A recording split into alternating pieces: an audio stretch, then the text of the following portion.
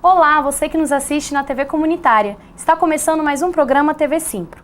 E no próximo dia 1º de fevereiro será lançado o livro Janjão, Cabelo de Pipoca. E para conversar um pouquinho sobre essa obra que trata do racismo contra o cabelo negro nas escolas, estou com a professora e escritora a Dara Cristiane. Seja muito bem-vinda, Dara. Ai, obrigada. Obrigada pela oportunidade. Sim, é um prazer de conversar sobre esse assunto tão importante, né? Dara, começando a nossa conversa, conte um pouco sobre quem é você, sobre sua trajetória profissional. Quem é a Dara Cristiane? Olha, a Dara Cristiane, primeiro de tudo, é a mãe do Yuri. Né? E eu sou professora, né, da rede desde 2005, mas antes eu dava aula em escola particular desde 94. E estar em sala de aula me fez voltar ao meu olhar, que já era pesquisador desde 1991, desde 1990, um pouco antes do meu filho nascer, que eu pesquisava muito sobre gênero e sexualidade, né? Era uma pesquisa meio que eu e eu mesma, eu e os livros, eu e os autores que apareciam na televisão, né? E estar nessa pesquisa me fez ter um outro olhar, porque em 2005, quando eu entrei para a Secretaria de Educação, parece que um leque de oportunidades de estudo se abre, né? E ao estar nesse leque de oportunidades, né, que eu fui coordenadora pedagógica, fui supervisora pedagógica, né, também tive uma época que eu assumi um cargo de chefia de um núcleo, né, de atendimento à diversidade de gênero e sexualidade, que foi extinto, infelizmente, né, esse núcleo, junto com a coordenação de diversidade. Então, algumas pautas que eram muito importantes para a sociedade estão meio que de lado hoje, meio mortificadas, meio encobertas, né? E estar em sala de aula me fez ter um outro olhar também, além do gênero e da sexualidade, né? As sobreposições que vêm nessa temática de gênero e sexualidade, uma das mais fortes é a de raça, é a questão racial, né? E perceber isso, não só no meu cotidiano de sala de aula, mas na sociedade, me fez ter inspiração diante de uma coisinha que aconteceu na minha vida, sabe? Mas em suma é isso, a minha carreira é essa, né?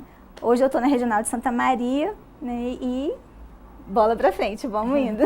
E sobre esse livro, né, Janjão, Cabelo de Pipoca, qual é a história desse livro? Qual é o roteiro? Então, eu tive, fora os meus estudos, eu me vi dentro de uma situação muito pessoal, né? Onde um senhor que amava o neto tinha falas racistas com ele sem saber, sabe? E isso me tocou muito profundamente, porque sem querer ele estava tendo falas racistas, achando que era uma forma de carinho, né? Porque quando a gente usa um apelido para um grupo social que já é tão discriminado na nossa sociedade, esse apelido ele reforça essa discriminação. Mas as pessoas muitas vezes fazem isso sem ter essa consciência, né? E foi isso que eu percebi, pois até então eu não tinha essa percepção. Eu achava que quem era racista é racista e pronto, né? E diante dessa situação eu vi que não. As pessoas elas têm um reforço social que é meio que incrustado na sociedade e que força que essas falas, que essas frases, que esses apelidos estejam presentes na nossa sociedade, sem muitas vezes ela nem ter noção do que está falando, né?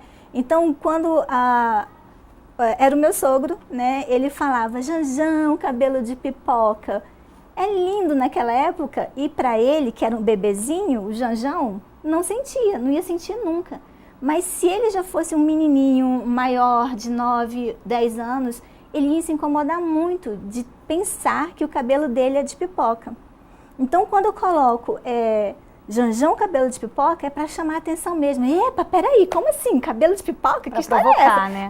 É uma provocação. Mas aí, quando a pessoa pega o livro e lê, ela percebe que essa provocação, que no livro eu falo que o Janjão transforma o preconceito sorrindo, é porque é isso. Porque quando o vô dele falava, né, Janjão, cabelo de pipoca, ele soltava altas gargalhadas, né, aquela coisa de bebezinho mesmo, né? E aí, como a gente não pode fazer algumas interferências, né, na nossa rede pessoal, sem ofender, eu resolvi escrever uma história e contar para o meu sogro para ver se ele entendia, né? Sim, e você contou? Contei.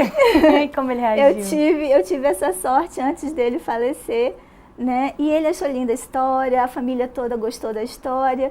E aí eu comecei a juntar dinheiro para essa história virar física, né? E ajudar outras pessoas que não têm esse entendimento, né? Porque com certeza quem fala, por exemplo, a palavra denegrir, ela não tem noção do peso que essa palavra traz para o grupo social, né? Para um determinado grupo social. Com certeza ela não tem noção. É claro que nós temos pessoas que têm essa noção, que têm essa consciência e que realmente falam porque querem, né? Agora, tem pessoas que não têm esse conhecimento, né?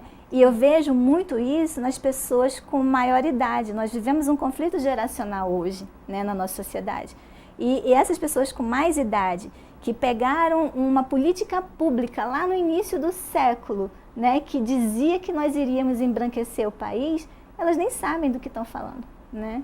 Então, quando elas chegam e falam, aí, negão, para elas é natural, porque isso já foi construído há muito tempo, né? Então, é assim que a gente trata com carinho uma pessoa negra. Quando, na realidade, a gente sabe que isso essa frase, né, esse jargão, ele traz em si muita história, muito sangue, muita violência, muito racismo, muito preconceito e gera discriminação na sociedade em que nós estamos. Então, o livro ele serve para isso, para puxar essa consciência de que nem tudo que parece é, né? Porque tem pessoas que não sabem o que realmente estão falando. Sim, realmente é algo que está enraizado, né? Sim, está enraizado. Tanto que, às vezes as pessoas falam, mas cabelo é ruim. Não, que história é essa de cabelo ruim? Não tem cabelo ruim, tem cabelo maltratado, mal cuidado, né? Não existe essa história de cabelo ruim. O que é cabelo ruim? De repente, uma pessoa que tem um cabelo muito liso, acha que o cabelo dela é ruim porque ele não consegue segurar uma presilha, uma fita, um laço, né?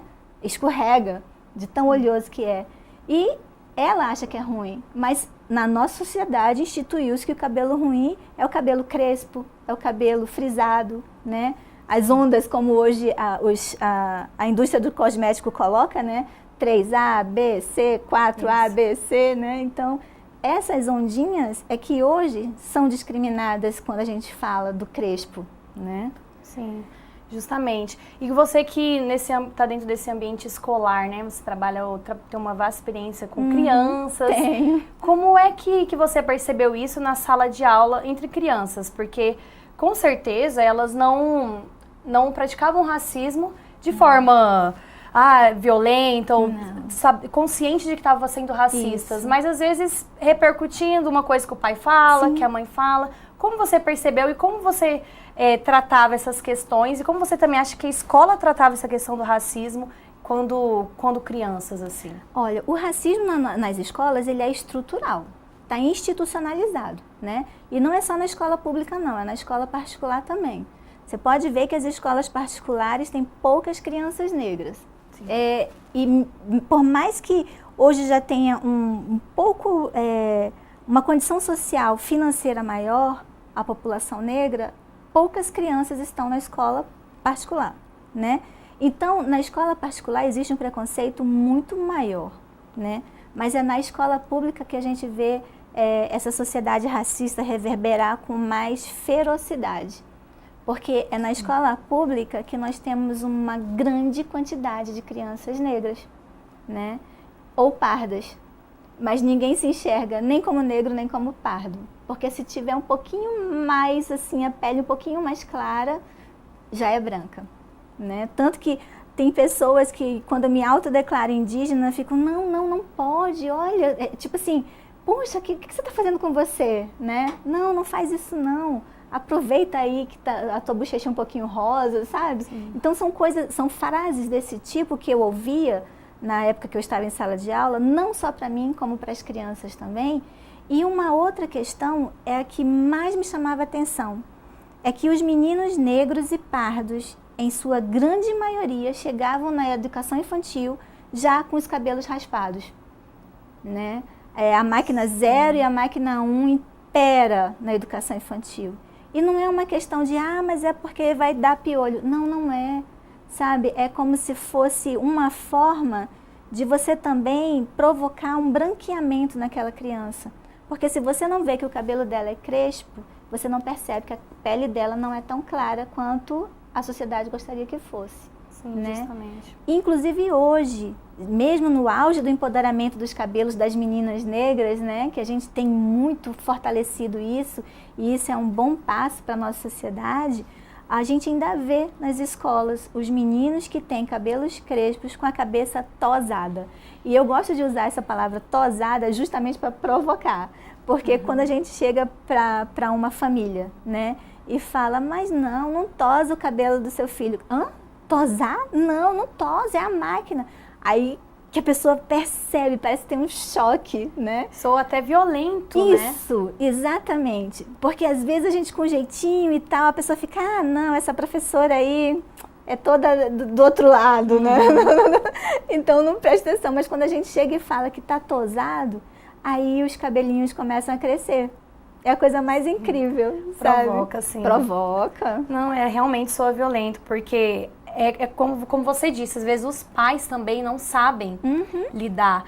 Então acaba transformando crianças que não se reafirmam enquanto negras, não buscam sua identidade. Às vezes a sua mãe alisava o cabelo, mas eu posso usar assim o meu cabelo crespo, e vai trazendo essa experiência para casa. E já entrando nesse âmbito dos pais, como os pais podem fortalecer as crianças a se mostrarem enquanto identidade negra, enquanto cabelo crespo, cabelo negro. Esse livro infantil aqui, né, que ó, gente, vou até mostrar aqui, tem vários desenhos, é um livro infantil. De que forma esse livro pode ajudar os pais, os professores, as pessoas mais velhas a entenderem esse problema do racismo? Então, na realidade, quando eu escrevi essa história, eu queria escrever uma história para adolescente, para os meninos de ensino médio, né, para fortalecer todo mundo quando chegasse na faculdade, altamente empoderado. Mas aí eu percebi que se eu escrevesse um livro para adolescente, eu não ia atingir um outro público, que era o público que de fato eu lidava, né? Sim. Que era o público infantil. Sendo um livro infantil, ele também pode chegar ao ensino médio, porque a poesia que vem trazendo o Janjão Cabelo de Pipoca, ela também pode ser falada no ensino médio como um pontapé para um debate, sabe? Um pontapé para uma discussão, né? De 6º ao 9º ano, a mesma coisa, ela também pode ser usada. E até o 5º ano, enquanto história infantil, ela também pode ser usada. Porque, embora seja um livro para manuseio de criança, né? Porque ele é um livro feito para a criança pequena pegar, ele é um livro que dá para a gente trabalhar em todas as esferas, inclusive em âmbito social, falando em empresas, sabe, em locais diferenciados da nossa sociedade, porque o mais importante dele é o debate, né? É o debate que ele vem trazendo. Porque Janjão Cabelo de Pipoca, ele sorri porque ele se conhece, né? Então ele sorri de um cabelo, Janjão Cabelo de Pipoca, ele sorri, mas porque ele conhece a ancestralidade dele, ele conhece a história de onde vem o cabelo dele, de onde vem a cor da pele dele, né? Ele tem todo um contexto que algumas outras crianças não têm. Então ele consegue transformar isso, né? Ele transforma a discriminação em uma desconstrução de conceito, sorrindo, né? Então eu trago isso porque eu percebo também que nós estamos num momento histórico social que as pessoas ficam meio que com um pé atrás quando a gente chega e fala, porque eu sou militante das questões étnico-raciais, ou então eu sou militante da questão de gênero, de sexualidade. Aí as pessoas já ficam, lá vem, né? Aí a gente todo um discurso, estereótipo e tal. E quando a gente vem com outra fala, sabe? Uma fala mais mansa, uma fala mais meio que fazendo o papel da árvore, né? Agora eu vejo a importância do papel da árvore. As pessoas meio que se abrem. Porque, nossa, ela pensa como eu. É aquela coisa, somos todos humanos. Sim, somos todos humanos, mas vamos debater um pouquinho isso aqui que ainda está com uma problemática, olha, que ainda tem muito caos e tal, não sei o quê. E as pessoas se passam. E quando elas percebem, elas também estão militando junto com a gente, né? Contra o preconceito e a discriminação racial, étnico, de gênero e sexualidade. Porque eu tenho percebido que nós temos hoje uma grande quantidade de informação que vem aqui na palma da mão, né? Mas nós não transformamos essa informação em conhecimento, né? E às vezes nós não sabemos utilizá-la. E debater com o Janjão na mão, gente, eu tô apaixonada pelos meus cabelos de pipoca. Não, eu achei genial, porque trata com uma leveza, um assunto tão importante, tão pesado, que é necessário, mas trata com uma leveza e trazendo esse debate, vendo como eu posso discutir isso com meu filho, com uma criança. É genial, esse livro eu achei assim, sensacional. E aí já falando, né, sobre esse debate que você falou, parece óbvio, mas acho que ainda assim é importante a gente afirmar. Qual a importância desse debate contra o racismo dentro da sala de aula? Gente, nossa, é altamente importante, porque é como eu falei, nas nossas escolas a gente tem uma quantidade enorme de crianças negras e pardas, né? E não é nem negras e pardas, são pretas e pardas, né? Que o conjunto faz o negro, né? Mas a gente não se enxerga. Nós temos muitas professoras também que não se enxergam enquanto pretas ou pardas, né? E professores também enquanto pretos e pardos. Então, é um debate que é necessário, sabe? Porque a gente tem que começar a se enxergar. Não é à toa que as pesquisas aí do IBGE vêm falando que nós somos o segundo maior país do mundo com uma população negra. E como é que a gente não se enxerga negro? Como é que a gente é um país tão racista, né? Então está na hora da gente debater essa pauta, né? Aliás, não está na hora, a gente já vem fazendo isso há muitos anos, mas eu penso que o diferencial agora é tratar com leveza, porque nós temos que tirar essa, vamos dizer assim, uma imagem pesada que esse assunto trazia, para tratar um pouquinho mais com leveza, para a gente conseguir mais pessoas, sabe? Sim. Porque eu não sei se você já percebeu, mas nós estamos numa época em que o achismo é muito mais forte do que 25 anos de pesquisa, né? Sim. Então o eu acho está preponderando muito mais do que o segundo fulano de tal, né? Então a gente tem que estabelecer uma nova forma de atuar, né? E eu penso que eu estou fazendo isso. Eu estou estabelecendo uma nova forma de atuar, né? Eu estou trazendo uma nova perspectiva de atuação. Sim, e quando você fala desse achismo, é muito evidente isso mesmo, porque a gente acha, enquanto tem pessoas que estudam através de um materialismo histórico, de tudo, de uma contextualização de fatos e tudo, e aí vem eu acho, porque eu nunca conheci, nunca vivenciei esse fato, essa situação, então eu acho isso. Então é muito, muito diferente mesmo. É muito importante a gente buscar realmente embasamento, conversar com pessoas que sofrem isso na pele, com minorias, com os oprimidos, porque eu nunca vou saber aquilo que o outro sofre se eu nunca sofri aquilo. Exato. Não é meu lugar de fala, eu não posso falar aquilo. E aí, você falou, né, que é muito importante a gente combater isso dentro das escolas. E de que forma a sociedade, os pais, talvez os tutores ali daquelas crianças que estão, né, ativamente participando da educação deles, como eles podem ajudar a escola, os professores e o mundo combatendo o racismo dessas crianças? Olha, dentro da minha perspectiva agora, né, de atuação e lançando um livro que fala de cabelo, eu penso que é igual regar plantinha, deixa florescer. Deixa esse cabelo crescer, deixa ele aparecer, sabe? É difícil de cuidar, todo cabelo é difícil de cuidar. Não importa se ele é fino, se ele é grosso, se ele é liso, se é ondulado, se ele é crespo, se ele é frisado. Todo cabelo é difícil de cuidar, né? Mas deixa crescer, sabe? Deixa o cabelo da criança crescer. Porque ela tem que sentir, né, nas mãos a história dela. A criança tem que sentir nas mãos a ancestralidade. E isso, de puxar um cachinho, sabe? De sentir um frisado, nossa, ele dá uma outra perspectiva de olhar para a criança. E isso eu vi com meus próprios olhos em sala de aula, eu vejo na minha casa, sabe? É uma perspectiva completamente diferente da que a gente tem agora. Sim. Eu Eu acho que quem está assistindo agora já deve estar louco para ler esse livro, para ter esse livro em mãos. Eu já tenho aqui, ó, bem em mãos. Eu adorei a história.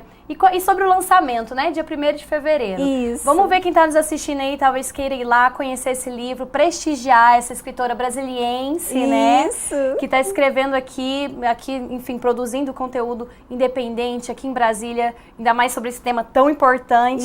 Isso. Então, chama aí os telespectadores pro lançamento. Gente, sábado, 3h30 da tarde, na livraria Leitura do Terraço, né? Eu estarei lá para mostrar para vocês o Janjão Cabelo de Pipoca, né? E compartilhar com vocês essa alegria de estar mostrando para o mundo o meu sentimento, a minha história, os meus estudos com relação às questões étnico-raciais, sabe? E deixe o cabelo da criança crescer, esteja lá às 3h30 na livraria Terraço, Leitura do Terraço Shopping. Isso aí. Tem alguma rede social do livro, alguma coisa assim que você queira divulgar? Só o meu Instagram, tem o então, Instagram divulga. da leitura também, o Instagram da Editora Lux, que é a editora do nosso livro, né? Então, assim, pode acessar lá, @Editora Lux, @Leitura Terraço, @Dara Cristiane, Dara com DH, né? Tá tudo lá, né? E tem um monte de amigas e amigos também divulgando. Eu tô achando isso lindo, gratidão para todo mundo. E é um trabalho nosso, né? É um trabalho de rede. Sim, ai, que lindo isso. Então aí, ó, ela já passou todas as redes. Não tem como perder a data do lançamento no próximo dia 1º de fevereiro.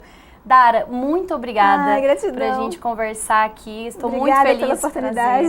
Que isso, eu fico muito feliz a gente abrir esse espaço aqui na televisão pra gente falar sobre isso, sobre um conteúdo tão importante, voltado para um público infantil e que ao mesmo tempo aí abarca todo mundo, né? Toda uma sociedade. Muito obrigada, viu, Dara? Obrigada.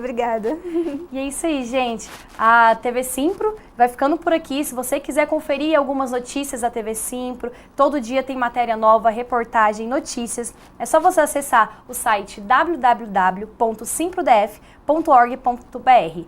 A gente se vê na próxima terça. Até mais!